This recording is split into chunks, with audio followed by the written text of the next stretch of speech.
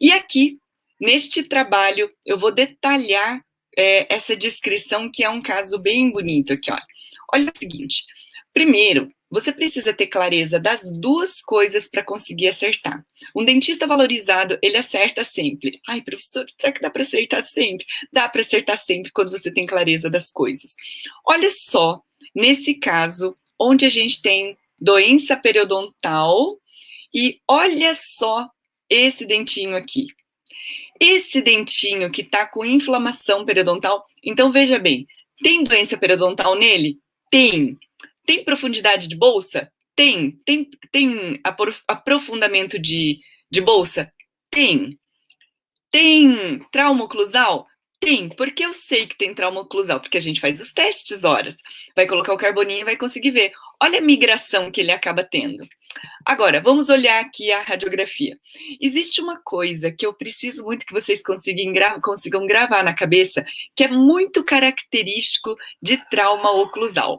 Trauma oclusal é quando você tem uma perda óssea inclinada, chamada perda óssea angular. Geralmente, a perda óssea angular, ela tem duas possibilidades. Ou ela vai significar uma doença periodontal de avanço rápido, ou ela vai indicar trauma oclusal. E neste caso, a gente olha para aquilo ali, olha para a boca toda, e se na boca toda a gente não tem doença periodontal grave, mas tem um só dente, a gente tem que pesquisar, acho que alguma coisa está de errado ali. E às vezes os dentistas me perguntam assim, professora, faz uma aula de oclusão, porque a gente não tem clareza sobre como é que é isso, onde é que tem problema, onde é que não tem. Então, esta é a aula para vocês, porque um dentista valorizado acerta sempre. Para você acertar sempre, você precisa conseguir entender todas as variáveis que interferem nesse problema periodontal. E olha só que nesse estudo, eles mostraram uma radiografia 11 meses depois, onde você já está vendo a neoformação óssea. Isso é muito bonito. Aí, a gente vai olhar, e quem vai dizer como é que a gente vai saber que é que tem problema? Como é que a gente identifica se tem problema oclusal? A gente vai bater o carboninho. E isso, geralmente, a gente vai identificar. Isso daqui, geralmente, é causado por um tipo de movimento chamado mito. A gente coloca o dedinho incisivo, pede para o paciente morder, e quando ele morde, em máxima intercuspidação habitual, que é quando ele acaba mordendo, só igual ele fazendo movimento de charneira, de abre e fecha, ou só mordendo, habitualmente, do jeito que os dentes encaixam, por isso que é na habitual, a gente não pode ter o toque de dentes anteriores. E às vezes a gente tem. Por que tem? Porque às vezes inflama um pouquinho, às vezes começa a bater um pouquinho, às vezes começa a bater um pouquinho, aquele dente inflama, no que ele inflama, o dente cresce, ele extrui, e no que ele extrui, bate mais, e aí continua o problema. O trauma oclusal inicia a doença periodontal? Nunca, não começa a doença periodontal. Mas quando a gente tem trauma oclusal, às vezes ele bate ali e ele começa a fazer uma coisa diferente e ele começa a desenvolver uma inflamação. Se a pessoa tem suscetibilidade à doença periodontal, quando tem trauma oclusal, a pessoa vai ter a migração do dente também. Portanto, a gente precisa identificar. Aqui tem doença periodontal? Tem. Aqui tem problema oclusal? Tem. Então, neste caso, tem os dois.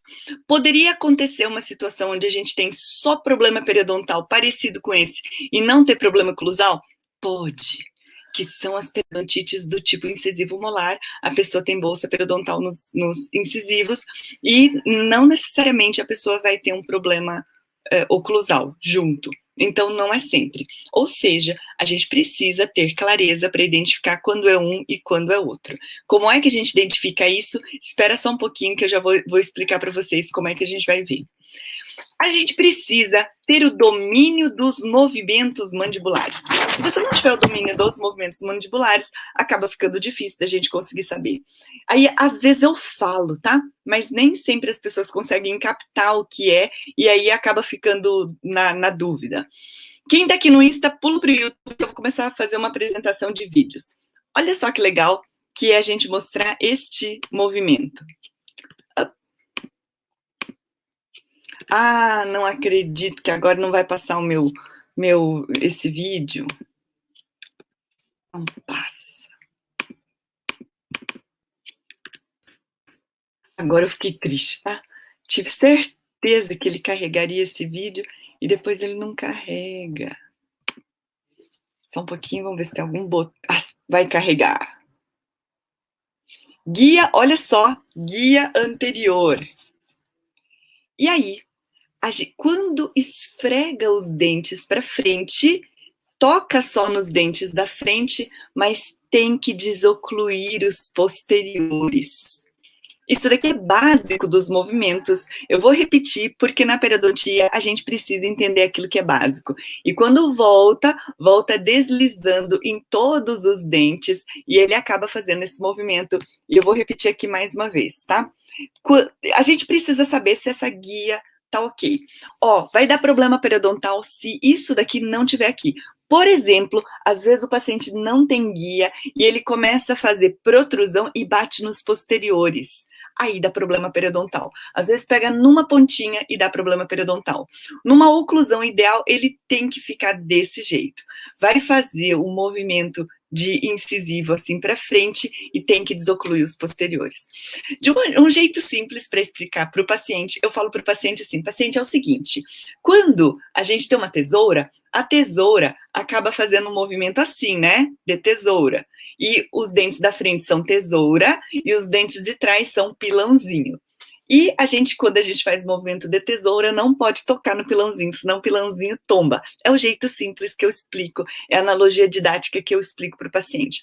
Portanto, quando a gente tem essa coisa assim, olha, será que é só problema periodontal? Será que é só problema oclusal? Ou será que é os dois juntos? Tem que conhecer os movimentos.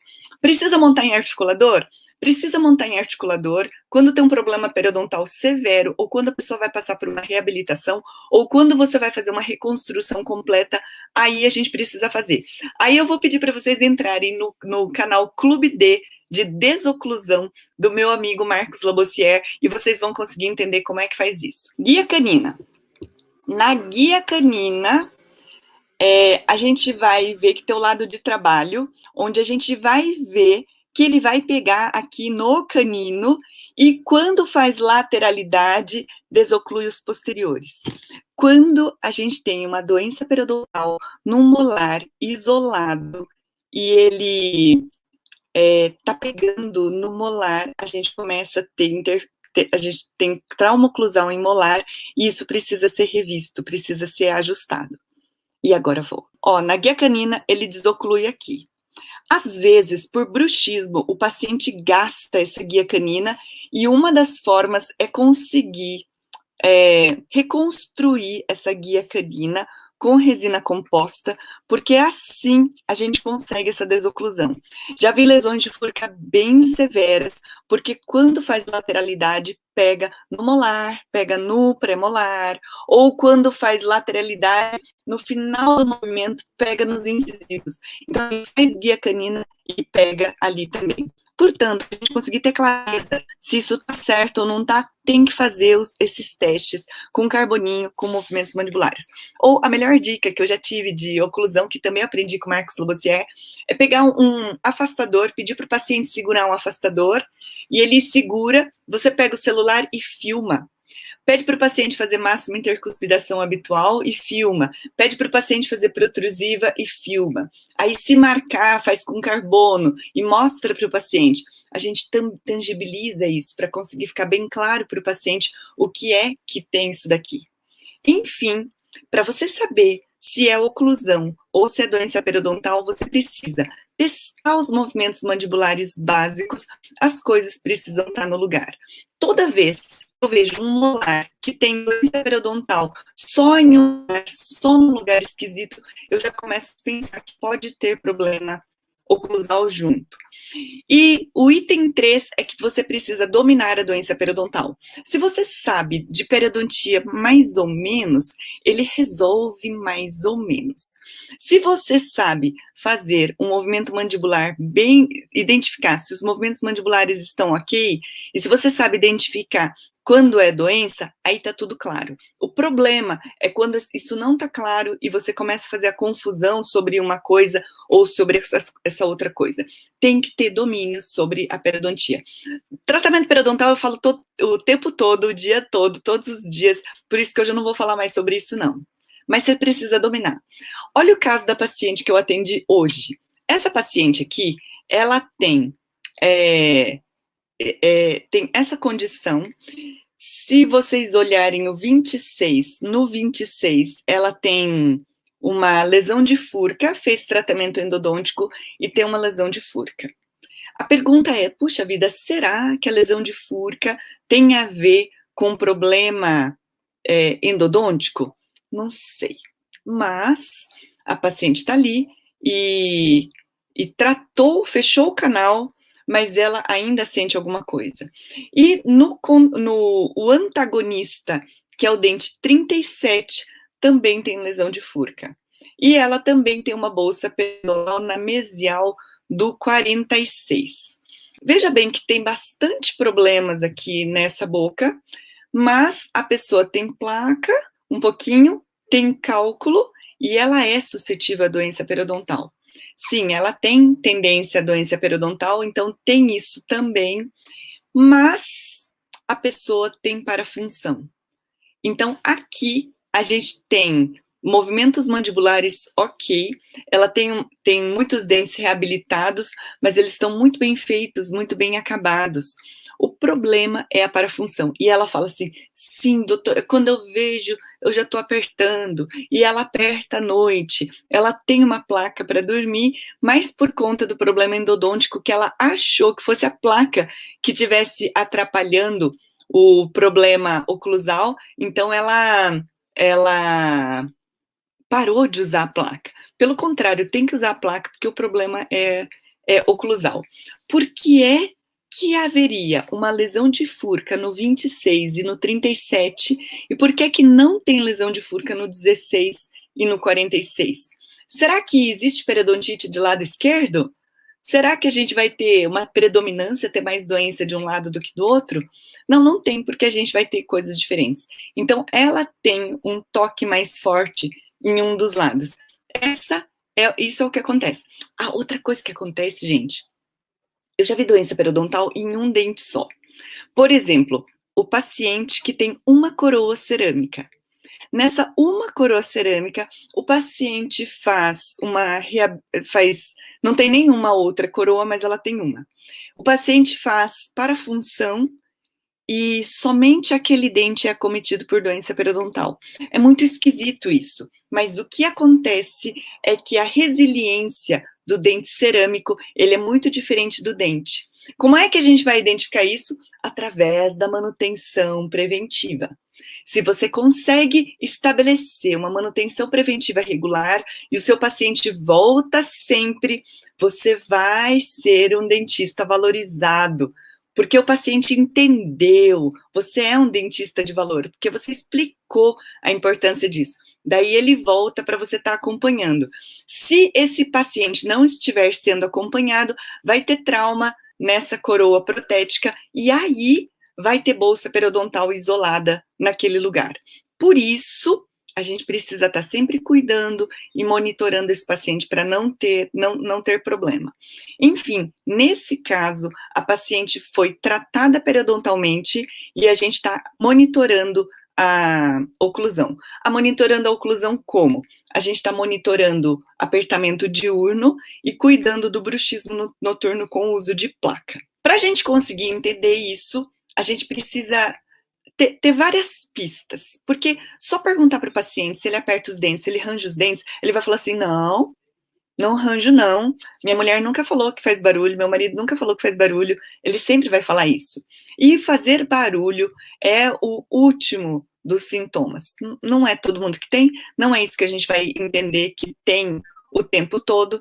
Então, a gente vai ter que identificar que algumas pessoas vão fazer parafunção, pistas para identificar, tá? Faz palpação de masseter. Então, peça assim, com licença, paciente, palpa os masseters. E aí, depois que palpa, dói? Um pouquinho. Aí eu falo assim, aperto no ombro, dói? Não, não dói. Então, aqui é músculo, tão músculo quanto aqui, não pode doer. Aí depois palpa os temporais. O anterior, médio, profundo, dói? Um pouco. Então, isso daqui é músculo fatigado. Então, a gente precisa palpar para ver se tem. Aí, palpa externo cleidomastoideu, não pode doer. Se tem dor, possivelmente tem. Então, já pode explicar para o paciente, olha, já estou sabendo que tem parafunção.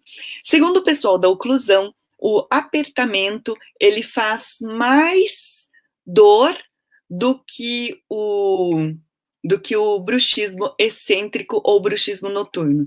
Porque o diurno, ele fica o tempo todo, imagina, 24 horas por dia, encostadinho, com uma musculatura muito grande e volumosa. Isso daqui incomoda bastante. E é por isso que a gente tem que acabar cuidando. Aí, a gente domina a parafunção testando para ver se tem algum problema ali mesmo. Aí o paciente vai ser orientado para não fazer a parafunção. Como assim? De dia, falo para o paciente manter os dentes desencostados, que não é para ele ficar apertando, que não é para ele ficar rangendo, que isso daqui a gente vai parar um pouquinho para a gente conseguir deixar isso daqui mais solto, e tem um aplicativo chamado Desencoste. Neste aplicativo, o paciente marca como se fosse para aqueles aplicativos para beber água, para que ele não tenha esse problema. Então, ele precisa estar sempre fazendo isso para conseguir ter sucesso, para conseguir ter resultado. E aí, para o bruxismo noturno, ele vai ter que usar a tal para conseguir dormir. E assim a gente domina a parafunção. Não adianta fazer um tratamento periodontal sem que a gente olhe a parafunção, que daí não dá certo. Aí você é o dentista que tem insucesso, que não funciona e que não dá resultado, que não é nada disso que a gente quer. E por fim, tem que olhar o todo. E a gente acaba fazendo, para entender a periodontia, tem que ver tudo. Olha o todo. Olha só esse vídeo aqui que me enviaram. É a dica melhor de todas, que é você colocar um afastador no paciente. Olha aqui, um afastador Spandex. Pedir para o paciente fazer os movimentos. Olha só as lesões cervicais não cariosas. Olha só a falta de dentes posteriores. E aí não tem jeito, que você vai ter mesmo sobrecarga dos dentes remanescentes. Como assim a gente vai conseguir tratar isso? Como, se tiver doença periodontal, a gente vai conseguir controlar se a gente está cheio de trauma? Então, olha aqui. Fazer os movimentos. E olha só, falta dente. Só tem dente anterior. Como assim? Olha, tem bastante desgaste. Tudo isso é trauma, porque tem pouco dente. Como é que a gente minimiza isso? A gente só minimiza isso através de PPRs e talvez placa para dormir, e a gente vai proteger ao máximo, porque são dentes que estão em pequeno número e eles precisam ser cuidados.